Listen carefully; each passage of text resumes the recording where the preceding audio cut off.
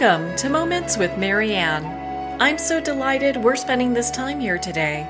We have a very inspiring show coming right up with special guest Jim Bruton, and he's here today to share with us his new book, The In-Between, A Trip of a Lifetime. Now, Jim has led an extraordinary life. As a little boy, he lived with an active imagination, including a love for wildlife filming, international travel, science fiction, and vintage aviation.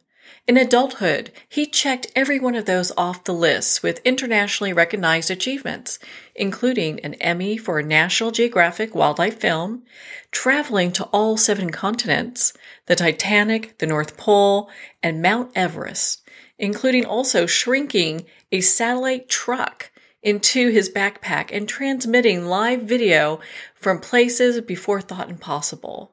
He also built and flew historical reproduction aircraft for World War I and the early 1930s. But for Jim, this was just the beginning. So let's welcome to the show, Jim Bruton. Hi, Marianne. How are you today? I am just excited to have you here to talk about this book. I mean, you have had quite a journey. I definitely have. It was, I call it the trip of a lifetime. It really was. And it was quite an unexpected flight I had in my airplane a few years ago. And it certainly wasn't the flight I planned on having, but it must have been the one I needed. So why don't you take us back to that day, the day that you took off in one of your historical planes? Sure. I used to travel a lot. And then when I settled down, my new wife said, well, so that you don't get restless, why don't you build, some of those old airplanes you're always talking about? And I said, I can do that. So the first plane I built was a World War I fighter, and I flew it, and then I sold it. And I said, okay, I need to build another airplane. So I built this tiny little whimsical looking plane, like something out of a Disney cartoon, called a flying flea. Imagine a soapbox derby car with wings and an engine, and you pretty much got the idea. You have the idea. I took it up for its first flight in early October of 2016. So just, guess around 3.5 years ago or so. And I didn't really like the way it handled, but it more or less went in the direction I wanted it to go and got me back in one piece. And both the aircraft and the pilot were in reusable condition. So it was a good flight. So I thought, okay, October 6th came around and I said, it's a nice day. I'm going to go out and try to master its quirks. Well, I took off. Everything was fine. I circled the airfield once. And then on my way back around, I lost my engine. It just quit. And I didn't panic, but I did get my propeller restarted, but it stopped again.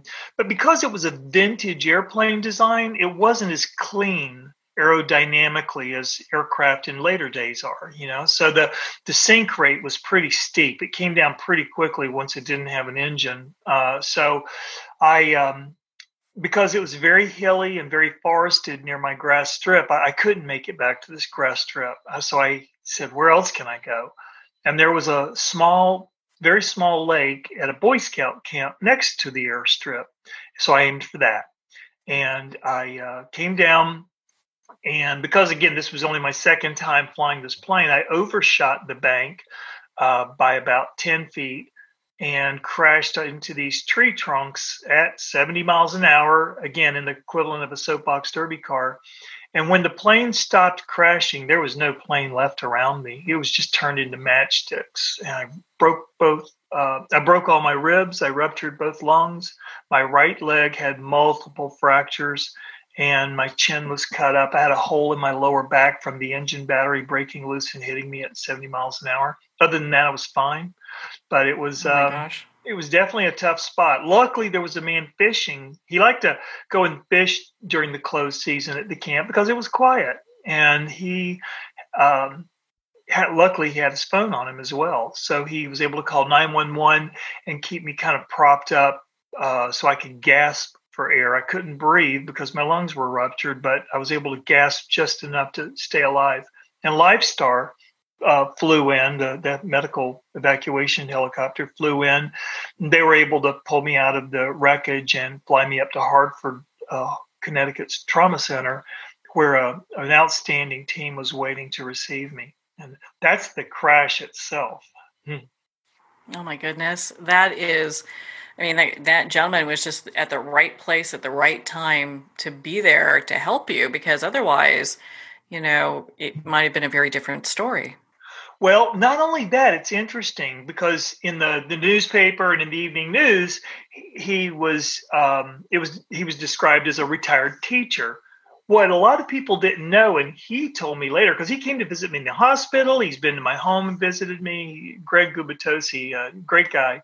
He was also a retired police officer. So if you think about it, he was used to seeing trauma. I'm sure he had to deal with car accidents or, violence or abuse or something like that. So luckily I had someone who could help me who wasn't freaking out, all the blood and the wreckage and all that. He was able to keep us cool and make the right calls and do all the right things to keep me alive. So I probably couldn't have had a much better choice of a person that day to stand by me. Yeah, definitely one of your angels. Well, and so you get to the hospital, and of course they put you in an induced coma, right? Yeah, what happened was, so obviously people didn't know, but it's funny. My friend picked up my phone at the hangar to bring it to the hospital because he was going to come, and he came with my wife. And it was just a few hours after the crash. But when you lift your phone up and you pick it up, it lights up saying, "Here are all your latest messages." And mine had three. One, your evening news has arrived. Two, there's been a plane crash just north of Waterbury, Connecticut. And three, missed call from your wife. So Oh boy. you can sort of put my entire afternoon together right there in those three alerts. So they all got up there, and they found me in a breathing machine I was intubated, with tubes going down my throat. I had all kinds of tubes coming in and going out of me. And I was, of course, delirious from physical shock and painkillers and heaven knows what else. And I have really no memory of any of this. But I was able to escape the restraints. Obviously, they wanted to restrain me so that in my delirium, I didn't reach around and grab some important tubing and make life difficult for everyone, especially myself. So they had me restrained, and I kept escaping the restraints, and they were getting upset. And they told my wife, we have multiple day-long operations coming up, and we could lose him at any time. And some of these operations only have a 2% chance of success. So we recommend, inducing a coma. She agreed. And basically, I mean, if I'm just in general terms trying to put it together, I would say that when they put me into a coma here, that's when my near-death experience started. So, my goodness, you're Houdini. So, of course, they put you in the coma because they're trying to make sure that you're doing as well as you can. And then you have your near-death experience. What was that like?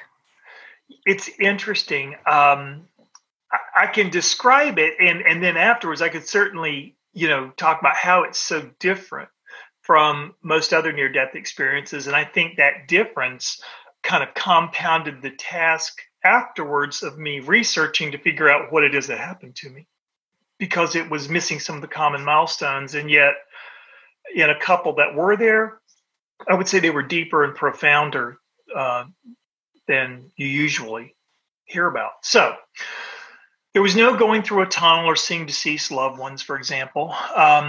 It was as if I were teleported, like I just simply appeared somewhere. And it was as if it were up on the top of a tall building, like a skyscraper, but on a terrace. And I was looking out over a gray and very dead city. As I characterize it, imagine New York City or some very large city 1,000 years after a nuclear blast or a meteor strike or something like that. Totally dead and abandoned, quiet. And everything was gray. And over me were these deep, dark storm clouds, like it was just getting ready to cut loose with the mother of all storms. And I was just accepting of everything I saw. And as I looked around, I got hit by this wave of nausea deep in my stomach. And I just remember sort of bending over with pain, thinking, I don't think I can stand this.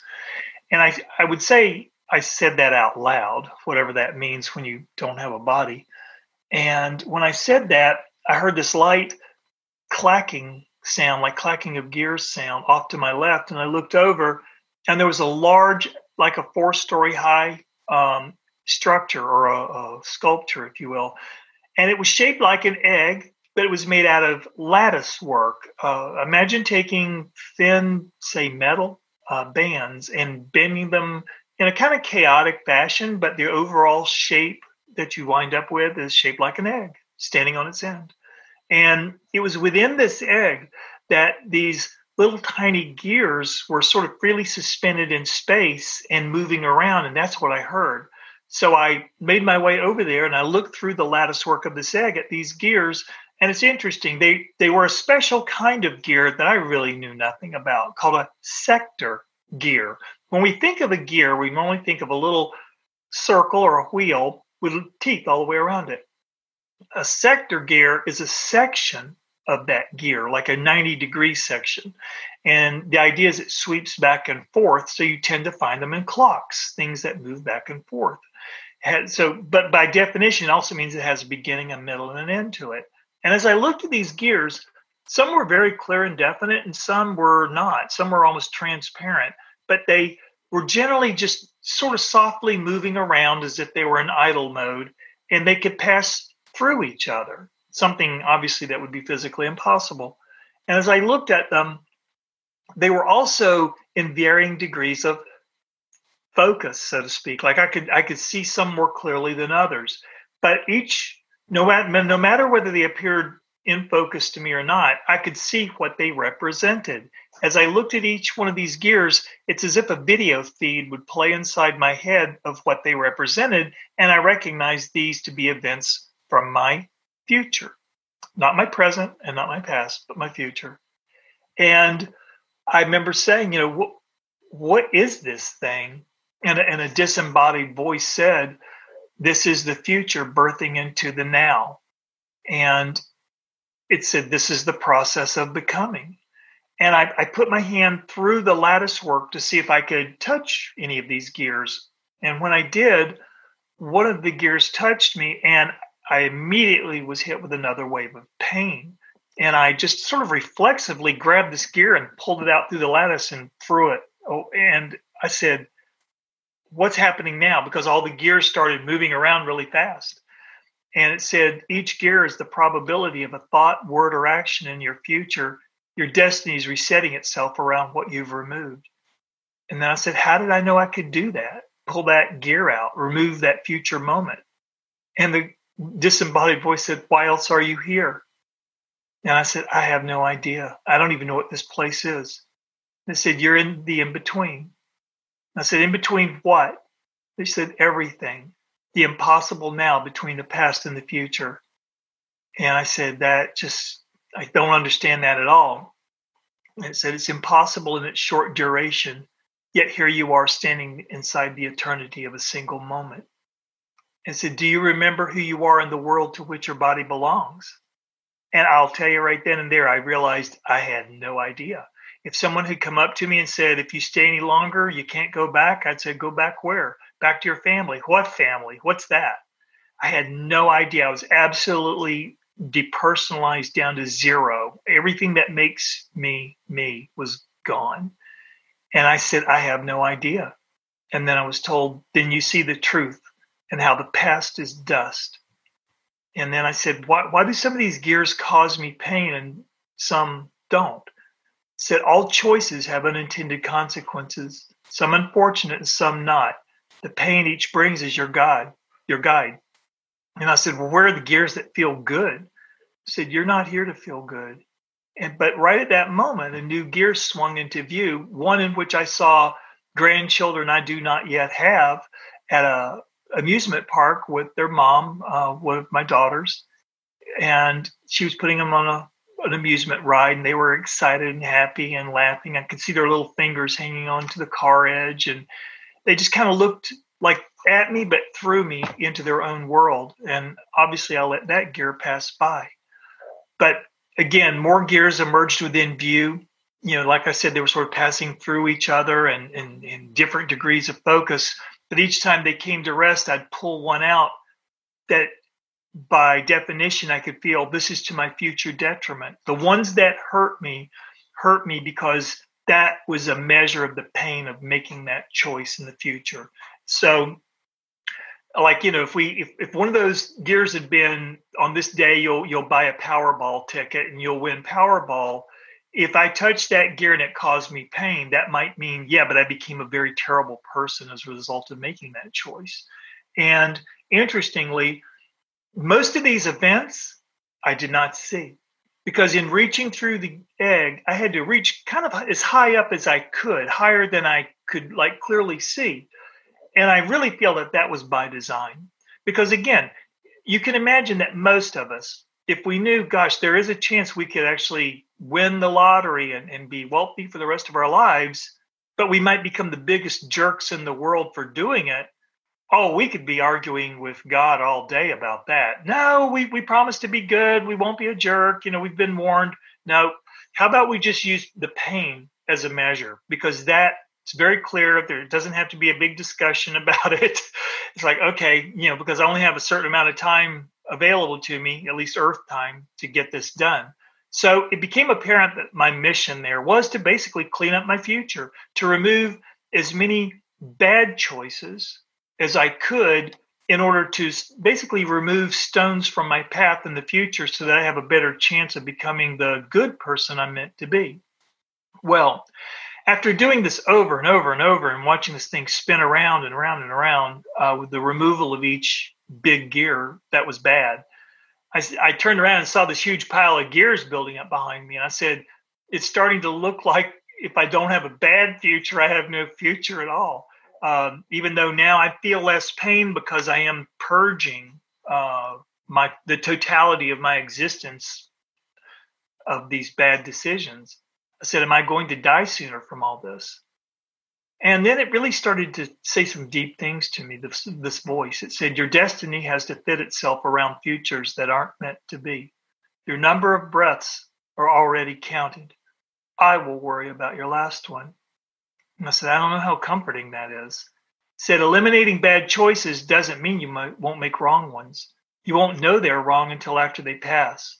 Since right and wrong are variables over which you have no control, the answers to what comes tomorrow are a waste. Better is understanding the beauty of how everything fits and refits together. And I said, so what am I missing here, in my clear lack of understanding? It said, what is before you? Grace. No one deserves salvation. It can only be given by grace. It is your birthright, but it must be chosen at the expense of the world that separates us. And then I said, this fixing my future has been painful, and I feel ashamed I'm not doing it with some moral compass. There's no mantra, there's no scripture, there's no model of virtue that I can focus on for strength. I said, I'm only guided by pain, and I don't even know when these futures happen. And I said, where is no more important than what or when? Removing your enthusiasm to further chain yourself to the world isn't as painful as carrying the crushing weight of those chains once forged around you.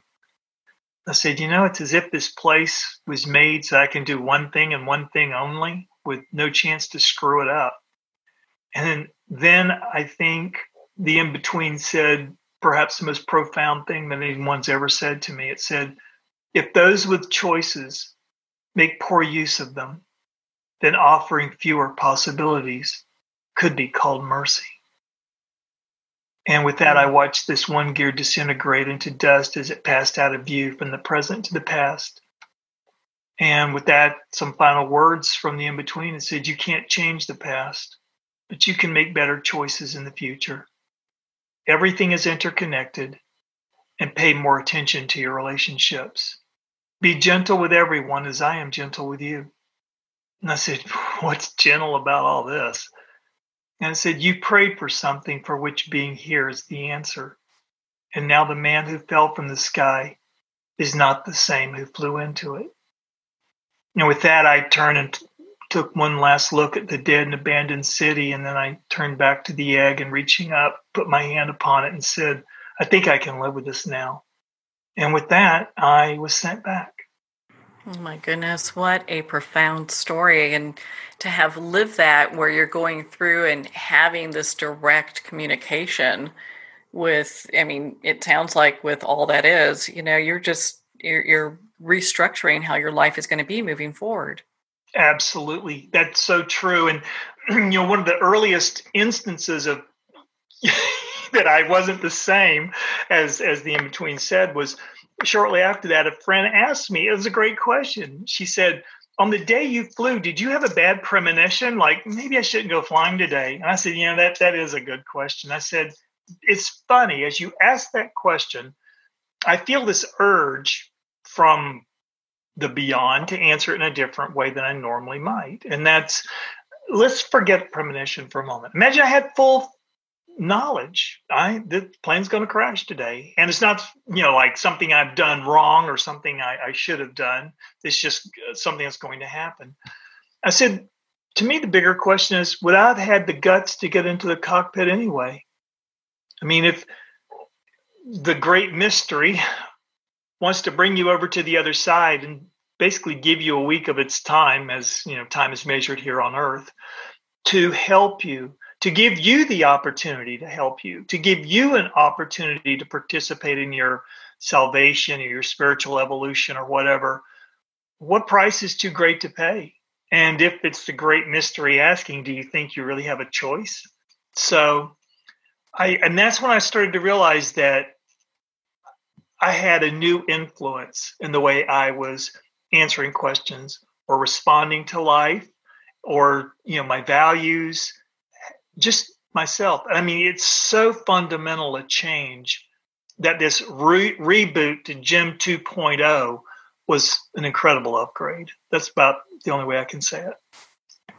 Yeah. Well, it's interesting because you did have choice there. I mean, you could have lived with the pain, not changed any of the gears, left it as is, and maybe either stayed in that place or transition back and continue on. So I feel like you probably did have a choice there, but you made you really made some really hard decisions to like, okay, let's look at this and really look at what this is all about. True. And I think that's why it had to be built the way it was for me to really help guide my decisions in the direction that not only does the entire universe probably want us to go, I'm sure the entire universe wants us to do better, to make better choices, and to live in harmony and, be happy.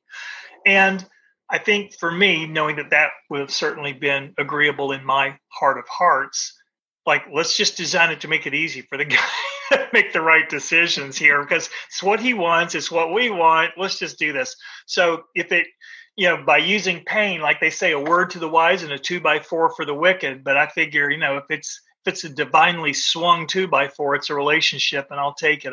Believe me, I am not too proud. I'm very, very grateful. And also another funny thing is that when you talk to a lot of people who have near-death experiences because of some horrific accident or like they drowned or something like that, or maybe it was a disease, like they went in with stage 4 cancer and somehow, even though they were lost for a moment, they came back. It's amazing how these experiences that deliver us to the near-death experience, while in most stories would be the climax of the story itself. Like, oh gosh, you were in this plane crash and you want to, if you could, you describe every moment you went toward Earth. Everybody's hanging on to the edge of their seat. With a near-death experience, those experiences that delivered you to it become a footnote. You almost forget that it happened. Like, I have no PTSD about flying. I could go get another airplane right now. In fact, I have people offering me similar airplane projects to finish and go fly. And I'm tempted. The only hesitation now is just I'm busy with other things and kind of cross this off my list. But it's really amazing how so many of the people who have these experiences don't have like I said, sort of a PTSD trigger about the situation that got them into it in the first place. And I find that very interesting as well. I'm sure your wife would have something to say about that, though. Well, I've joked and said if I were to go out and build and fly another airplane, she'd probably finish the job the airplane crash started. We wouldn't be talking about a near-death experience. Oh yeah, you'd be in all sorts of trouble. Probably so. Well, and I have to ask, because I know you have a major in physics, and so do you think that with the egg and the gears, it showed up this way because it's something that would be of very interest to you? In more ways than I think we can almost imagine, because I mean, while you could say it had a very mechanical look to it, right, with the gears and all that. I would even say, it could have been almost like a steampunk look, like Jules Verne or something would have come up with. But to be honest, for me, and it's perfect that you're asking this, Marianne, because obviously when I came out of the hospital and I came home, and this memory is just cycling over and over in my head, and every time it sort of passes through, there's more detail and more of a huge overwhelmingly emotional connection to it. And I'm like, what is this? And, in doing research, I finally figured out, okay, I guess this might be a near-death experience. And as I dug into it, that really helped a lot. Well, in the current literature or books on demand, like, Audible and podcasts, it's very easy in people recounting their near-death experiences to many times touch on concepts that are within quantum physics. So, like you say, having had one of my majors in physics, I started reading sort of, let's say, the consumer grade level of quantum physics. And if you think about these different gears and they're passing through each other, to me, from a quantum physics point of view, I came to understand that these were multiple probabilities that were superpositioned one on top of the other, essentially. And if you think about it, every moment of decision has multiple choices we can make. Do you want to go left or right? Do you want to stop by the store or go straight to work and come by the store on the way home? Or do I want to say hi to Fred or go by this way and say hi to Joe? It's every moment has multiple probabilities within it. And it's the conscious act of choice that then collapses these probability waves, the one we choose, down into a single particle and moment, or what we call reality. So I understood I was seeing a representation of that quantum dynamic. And even time, it's amazing. When I was told I was standing inside the eternity of a single moment, that in Alice in Wonderland, Lewis Carroll wrote back, in the 1800s, Alice, asks, how long is forever? And the White Rabbit answers, sometimes it's just 1 second. I mean, it's like, okay, people have been dialed into this for a while. And around that same time, Max Planck, who's considered the father of quantum physics, who was actually born before the Civil War, they have a unit of time measurement named after him called Planck time. And it's 10 to the minus 44 seconds. And it's a very short period of time. It's 100 millionth of a trillionth of a trillionth of a trillionth of 1 second. And it's time so short that it's in that time that quantum effects manifest. So I can just sheer conjecture, it's as if I were in the in-between only for that amount of time. But for here, on Earth, it was a week. And you will hear how people, when they go to these different planes, time does flow differently. Another physics aspect is, everybody's heard Einstein's equation, E equals mc squared. And what does that mean? What it means is as mass is matter, if we were to travel toward the speed of light, increasing our velocity all the time, the closer we get to the speed of light, our mass actually increases. It approaches infinity. And the distance between us and our target approaches zero. And so does the time required to go that distance. It also approaches zero. So the summary is this. If you or I could go the speed of light, we would instantly weigh the entire weight of the universe. And we would instantly be everywhere there is to go. And we would be doing it instantly. So the corollary there is that for light, time does not exist.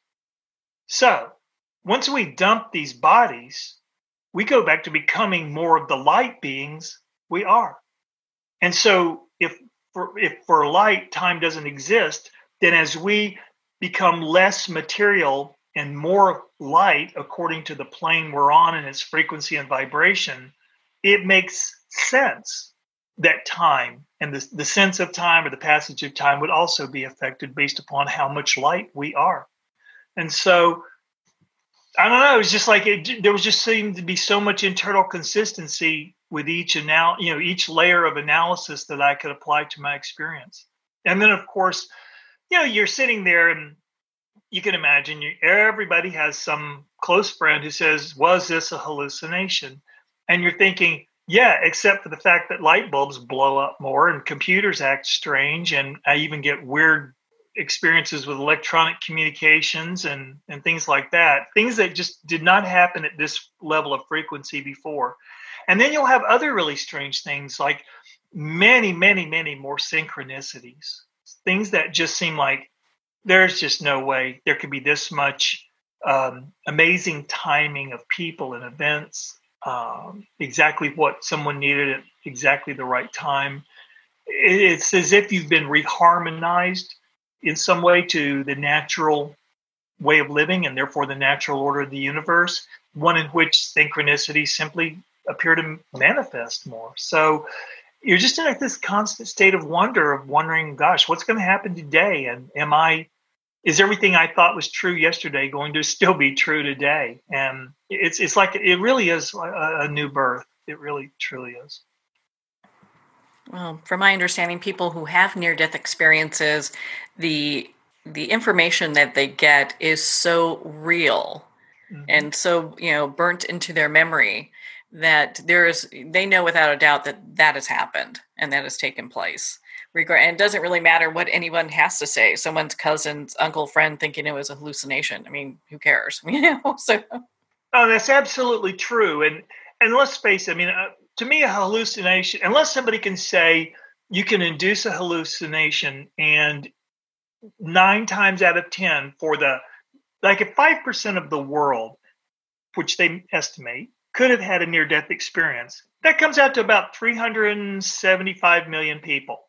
That's maybe 55 more million people than live in the United States. And for the great majority of them to have had similar milestones within the near-death experience. While one may see Jesus and one may see Allah and one may see Buddha or Krishna or something like that, take all that away for a second and just look at the formulaic process of an NDE.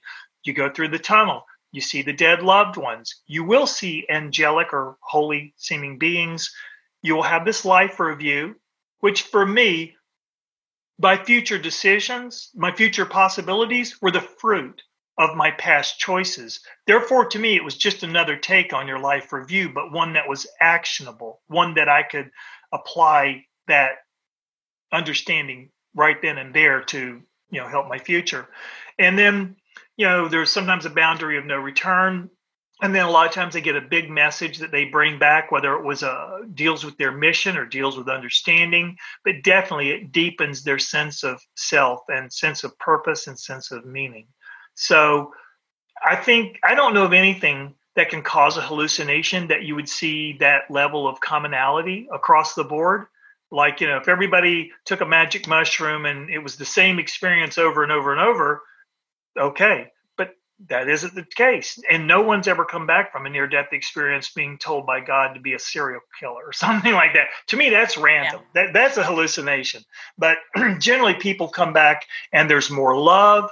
There is more of a feeling of connectivity to everything and everybody, and almost a refreshing of their childhood naivete. It's really interesting to see.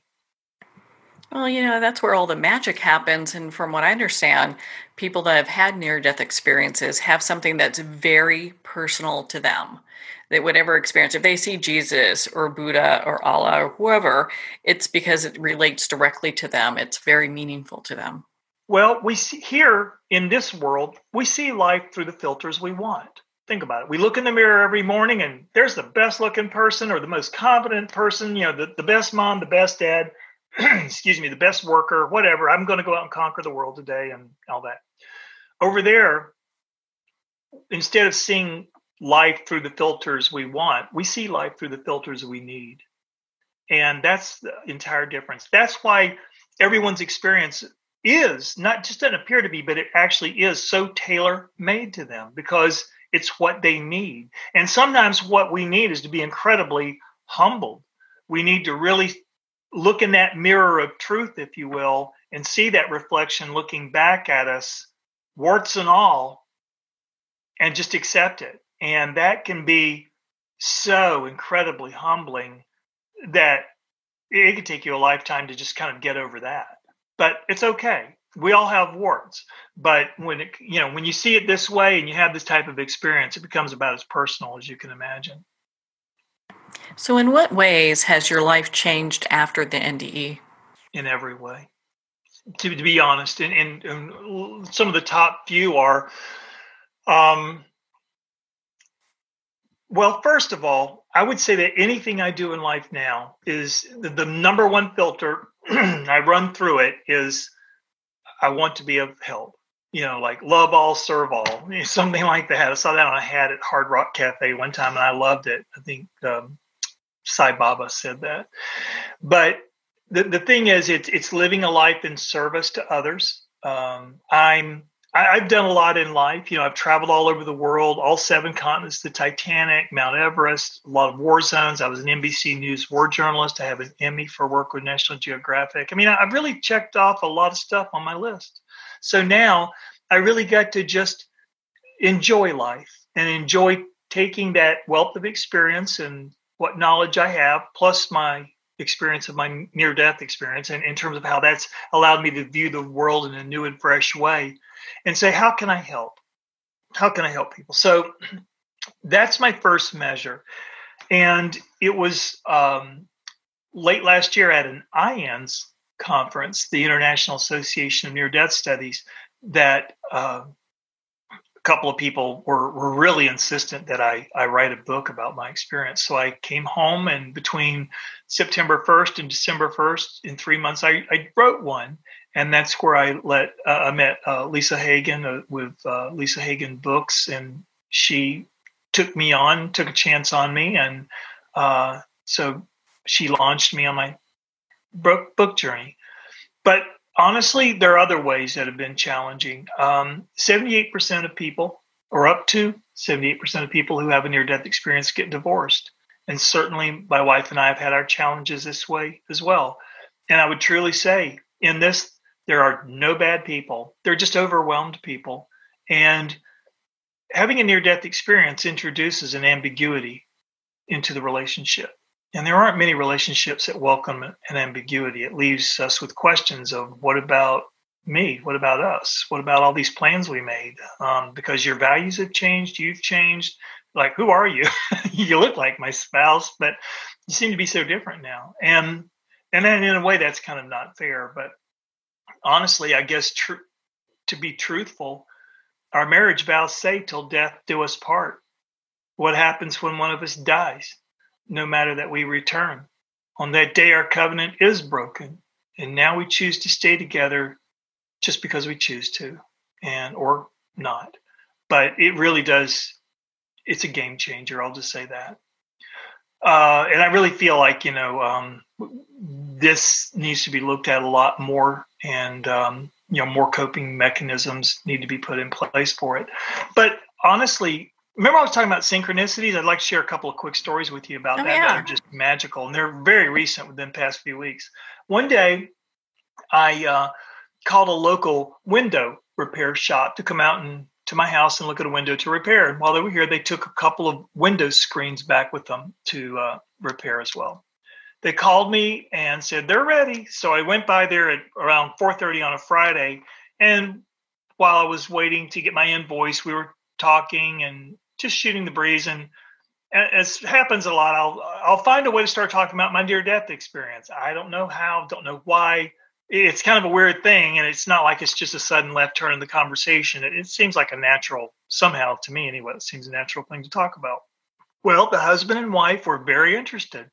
And then the wife asked me a great question. She said, after this experience, did you find you were more intuitive? Which is the same thing as saying, were you more psychic or did you become psychic? And I said, that again is a great question, but honestly, it's different than that. It's more about the magic of relationships and the magic of really bizarre timing. And at that very moment, their daughter walked into the shop. It was 5 o'clock. And she looked at me and she said, I remember you. And then we're all looking at each other. And she goes, I am an upper thoracic emergency room nurse. And I remember you coming in from a plane crash a little over 3 years ago. And I'm thinking, how differently did I look between now and then? And then I looked back at the mother and I said, that's the answer to your question. And I said, that's how your question is being answered. And this is my answer I was giving you. That's about relationships. And it's about timing. I said, what were the chances this was going to happen right now? And you could just see we're all standing there. And I said, the really cool thing is that if I had said, yeah, my intuition's really tuned up and made a prediction that like your daughter's going to walk in here in 5 minutes, that'd have been cool. It would have answered the question. But in a way, by showing off, I would have kind of owned the moment. But by it not being about that, the magic was something we could all own. And we all knew this was magic. It was just so cool. And then a little bit later after that, basically when I was getting ready to publish the book on May 1st, we were gathering together a few endorsing quotations from some of the movers and shakers in the NDE world, if you will. And one was Evan Alexander, the Harvard neurosurgeon. And he said, sure, he would be happy to. So I sent him the manuscript. And the next day, his assistant reached out to me to say, he's working it into his schedule. But in a quick glance, he noticed two things he wanted to share with you. One, he noticed that both of you have at times lived in Charlotte, North Carolina. He said the other thing he noticed was that you started a business when you were in your mid-20s and you only hired unwed mothers from a particular home. And I said, that's right. She goes, his mother at one point was a mother in one of those homes, in that very home. Not at the same time, but there was a time that she was an unwed mother and she gave him up for adoption. And then he goes on to Harvard. So talk about a story in itself. And he said he just wanted you to know that he thinks of you in that way now, as someone who created a business out of nothing to hire women like this to give them a chance in life. And I thought, well, that's a nice way to get connected. So think about that. It's been 40 years since I had that business, but the fruit of that labor has come to bear now, at least in this way. This happens so many times. And like I said, I think it's just an indication that I've been given an opportunity to live right. And so I'm really very thankful for everything I've gone through to get here. And all I can say is I just want to do right by the opportunity and by the trust given me. I think that's such a good, not really lesson, but a message for listeners, because not everyone has, excuse me, I'm going to call your accident an opportunity to be able to make these drastic changes in their lives and then be able to move forward in a whole new way. And, I think too, because I'm starting to work on my second book and a lot of the responses to my book and to the podcast and to interviews like this have been, how do we put something like this into practice? So that's what the second book is going to focus on. Not everyone has to have a near-death experience, get really smacked upside the head to get their attention. It's simply about making choices and about how to recognize what's important to you and making those choices so that we're not living other people's lives and according to their rules because one of the things the In-Between said to me was, all the force of will you will ever need is found in the art of letting go. For no one, and no thing can stand before the brilliance of a truly naked soul. And so as we get emails that says, oh, take this course, sign up for this webinar, read this book, come to this meeting, whatever, to be better in life than you are right now. It's like, okay, the process there is I just need one more thing to be better than I am now. Well, every time you hold a baby, aren't you seeing someone who's pretty much perfect? I mean, they have everything they need in them to be a happy spiritual being. Where does it go off the rails? So maybe it's not about we need one more thing. Maybe it's we need to learn how to let go of all the crap that we have put on us by trying to fit in or try to get ahead or to try to follow this belief that there's not enough to go around. So we have to get while the getting's good. And that means making morally compromised decisions and choices, ones that we could, if we could remove from our path, might yield better results in life.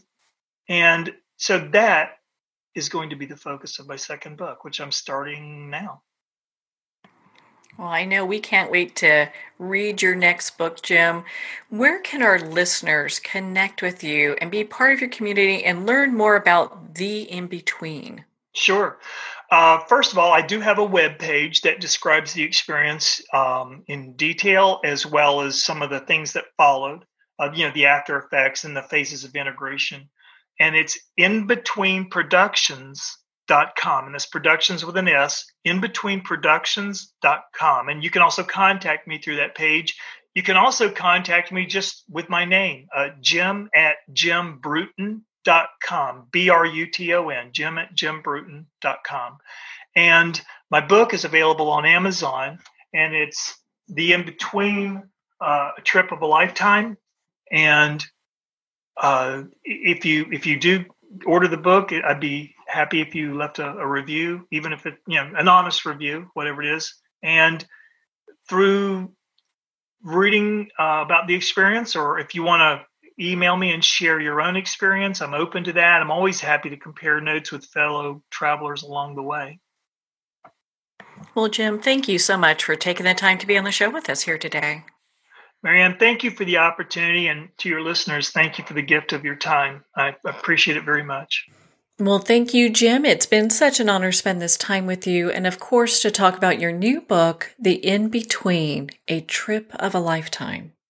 The In-Between's available at Amazon and Barnes & Noble, and of course, you can get it on Kindle.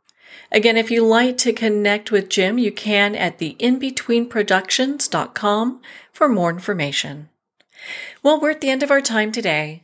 I would like to thank everyone for tuning in. You're listening to Moments with Marianne.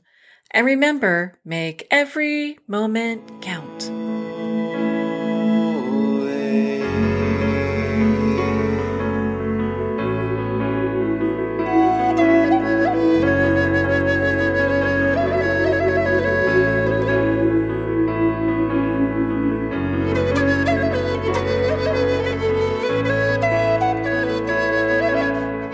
In a single moment, your life can change. Moments with Marianne is a transformative hour that covers an endless array of topics with the best of the best. Her guests are leaders in their fields, ranging from inspirational authors, top industry leaders, and business and spiritual entrepreneurs. Each guest is gifted and a true visionary, a recognized leader in her own work, and while teaching others to develop, refocus, and grow, Marianne will bring the best guest and sometimes a special surprise. Don't miss this. You never know just which moment will change your life forever. Moments with Marianne airs every Sunday, Monday, Thursday, and Friday at 8 p.m. Eastern and 5 p.m. Pacific Time. Make sure to tune in and visit momentswithmarianne.com for more information.